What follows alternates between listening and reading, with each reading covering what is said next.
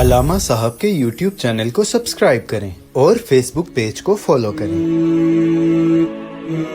ایک قیدی جس کا نام ہے ابو العاص بن ربی، قبیلہ بنو امیہ کا یہ فرد ہے، بہت بڑا تاجر تھا اور بڑا دیانتدار تاجر ہے۔ رسول اللہ صلی اللہ علیہ وسلم کی بڑی بیٹی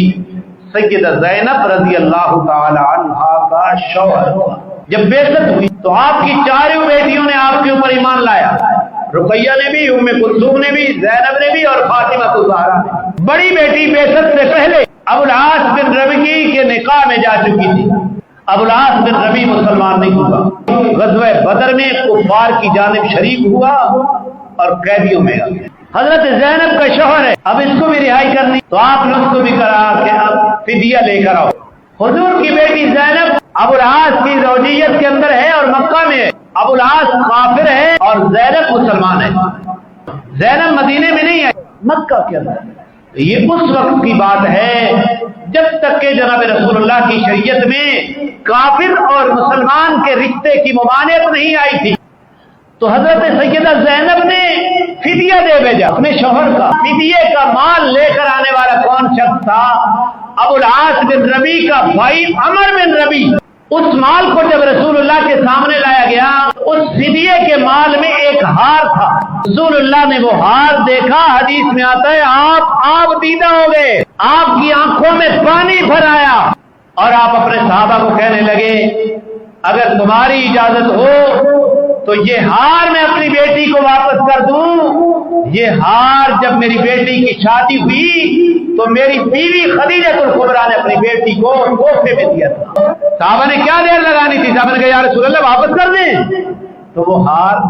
واپس کر دیا گیا اور باقی مال لے لیا گیا۔ اور ابو العاص کو جب رہائی مل رہی تھی تو آپ نے فرمایا ابو العاص میری بیٹی زینب کو مدینے میں بھیج دینا، تو ابو العاص نے اس کو قبول کیا۔ ادھر رسول اللہ نے حضرت زید بن حارثہ جو رسول اللہ کے منہ بولے بیٹے ہیں، ان کو اور ایک انصاری صحابی کو بھیجا کہ آپ مقام یاجج میں جا کر ٹھہرے اور وہاں جب میری بیٹی ابو العاص بن ربی وہاں پہنچائیں گے تو تم اس بیٹی کے ساتھ ہو لینا اور یہاں مکے میں پہنچا۔ ابو العاص بن ربی مکہ میں گئے تو وہاں انہوں نے رسول اللہ کی بیٹی اپنی بیوی سیدہ زینب کو مدینہ میں جانے کے لیے تیار کیا، ایک اونٹ کے اوپر سوار کیا اور اپنے بھائی کنانہ بن ربی کو ساتھ بھیجا کہ یاجج کے مقام پر وہ دو صحابی کھڑے، میری بیوی کو ان کے حوالے کر کے آنا، وہ مدینہ لے کر جائے گی۔ یہ عین دوپہر کا وقت تھا جب حضرت زینب کو اونٹ کے اوپر بٹھایا گیا۔ اس وقت حضرت زینب امید سے تھی، تو کفار مکہ نے یہ سمجھا کہ دن دہاڑے محمد کی بیٹی مدینے میں چلے جائے، یہ تو ہماری شرمندگی ہے، لہذا انہوں نے تعاقب کیا اور سب سے پہلا آدمی بعد میں مسلمان ہو گیا حبار ابن اسود۔ فتح مکہ کے دن میرے نبی نے اس کو بھی معاف کر دیا تھا، مسلمان جو ہو گیا، صحابی جو بن گیا۔ حبار ابن اسود نے نیزہ مارا اونٹ کو، اونٹ بتکا اور حضرت زینب اونٹ سے نیچے گر پڑی۔ اس گرنے کی وجہ سے ان کا حمل ثابت ہو گیا۔ اس کے بعد کنانہ بن ربی نے اپنے کمان کے اندر تیر فٹ کیا، وہ بھی کافر ہے، اور اس نے قریش مکہ کے اس جتھے کی طرف بیٹھ کے تیر فٹ کر لیا اور اس نے کہا مجھے میری جان کی قسم ہے کہ تم میں سے اب کوئی آگے بڑھا تو یہ تیر اس کے جسم میں پیوست ہو کر رہ جائے گا۔ انہوں نے سمجھا کہ ہمارا اپنا بندہ آگے آ گیا۔ اس کے بعد ابو سفیان سمجھدار آدمی تھا، ابو سفیان نے کہا کنانہ تو اپنے تیر کو ذرا دور کر، ہم تو اس سے بات کرنا چاہتے ہیں۔ مسئلہ یہ ہے ابو سفیان نے قسم اٹھائی اپنی جان کی کہ مجھے اپنی جان کی قسم ہے، ہمیں کوئی اس سے غرض نہیں ہے کہ محمد کی بیٹی محمد سے نہ ملے، ہم اس کا رستہ نہیں روکنا چاہتے، بالکل یہ جائے اپنے باپ کے پاس، لیکن ابھی بدر کے اندر جو حالات ہیں اور پھر اعلانیہ ہجرت، اس کا مطلب یہ ہوگا کہ اس شکست کی وجہ سے ہم عاجز آ گئے ہیں، لہذا اعلانیہ ہجرت کرنا زینب کا یہ ہمارے لیے باعث نگوار بنے گا، ہم اعلانیہ ہجرت نہیں کرنے دیتے، آپ رات کی تاریکی میں بے شک زینب کو اس کے باپ کے پاس پہنچا دیں، معاملہ طے ہو گیا۔ 2-3 دن رہے اور 2-3 دن کے بعد رات کے وقت حضرت زینب کو اونٹ کے اوپر سوار کر کے مقام یاجج پر حضرت زید ابن حارثہ رضی اللہ تعالیٰ عنہ کے حوالے کر دیا، اور حضرت زید ابن حارث اپنے اونٹ پر اور حضرت زینب اپنے اونٹ پر اور دوسرے انصاری صحابی یہ مدینہ میں پہنچے۔ اب پھر ایک سوال آئے گا، زید ابن حارثہ تو زینب کے غیر محرم ہے، پردے کا حکم جو ہے وہ اس سے 3 سال بعد نازل ہوا، اور حضرت زینب 1 ماہ کے بعد مدینہ میں پہنچی، غزوہ بدر سے 1 ماہ بعد۔ اب حضور کے پاس رہنے لگی، یہ ابو العاص کافر رہے، اور ادھر حکم بھی نازل ہو گیا کہ کافر اور مسلمان کے درمیان رشتہ ایسا باقی نہیں ہے۔ فتح مکہ سے کچھ پہلے یہ ابو العاص کے تاجر تھا، یہ تجارت کی غرض سے قریش مکہ کا مال لے کر ملک شام گیا،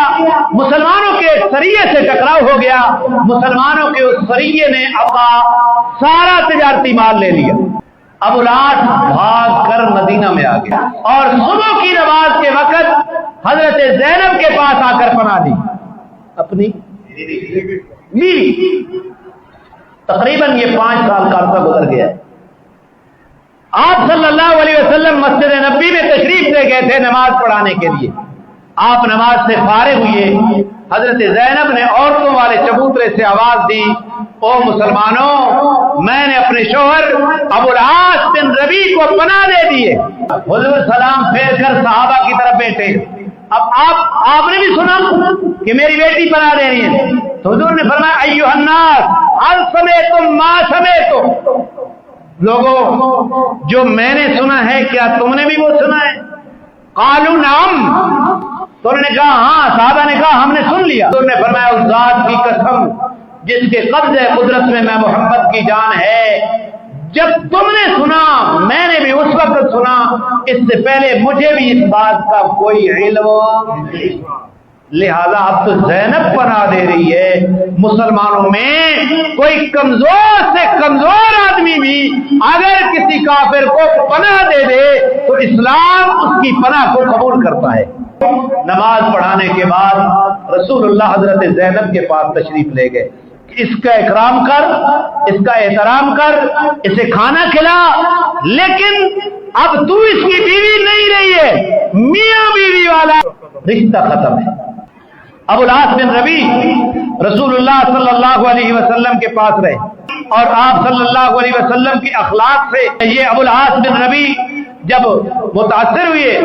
اور رسول اللہ صلی اللہ علیہ وسلم نے احسان کرتے ہوئے صحابہ سے کہا، اس سریہ کے صحابہ سے جنہوں نے مال لیا تھا کہ یہ مال اللہ نے تمہیں دے دیا ہے، یہ اب تمہارا ہے، لیکن میری خواہش ہے، اگر میری رائے ہے، فیصلہ نہیں ہے، اب مال تمہارا ہے، اگر تم اس کا مال اسے واپس کر دو تو میری خواہش ہے۔ صحابہ نے عرض کیا یا رسول اللہ آپ کی خواہش ہے، کوئی مسئلہ نہیں، کوئی لوٹا لے آیا، کوئی چمڑا لے آیا، جس کے ہاتھ میں جو چیز تھی وہ تقسیم ہو چکی تھی وہ سارے لے کر آئے، اور حضور نے ابو العاص بن ربیع کو کہا کہ لے جا اپنا سامان مکے میں۔ اس احسان کا اثر ہوا، الاحسان عبید الانسان،